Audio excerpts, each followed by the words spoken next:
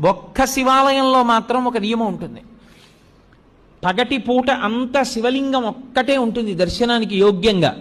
సాయంకాలం అయిపోతే సాధారణంగా కవచం పెట్టేస్తారు. కవచము అంటే రూపాన్ని పెట్టేస్తారు. ఒకసారి కాని శివలింగానికి కవచం తొడిగారా ఇక మీరు నంది యొక్క శృంగముల నుండి చూడకూడదు. అలా కాని కవచం తొడిగి లేదా మీరు తిన్నగా నిలబడి శివలింగాన్ని చూడకూడదు. అప్పుడు చూసేటప్పుడు మాత్రం మీకు అదృష్టం పండిందని గుర్తు. కవచం పెట్టకముందు మీరు శివాలయంలోకి వెళ్ళారంటే మీ భాగ్యం పండిందని గుర్తు. ఎందుకో తెలుసా?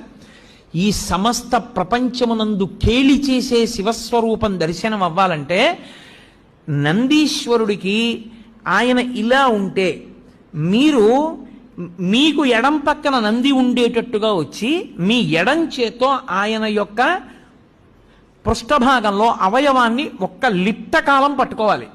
కుడి చేతి బొటన వేలు చూపుడు వేలు శృంగముల మీద ఉంచాలి. ఉంచి వృషస్య వృషణం స్పృష్ట్వా శృంగమధ్యే శివాలయం దృష్ట్వా క్షణం నరో యాతి కైలాసే శివదర్శనం.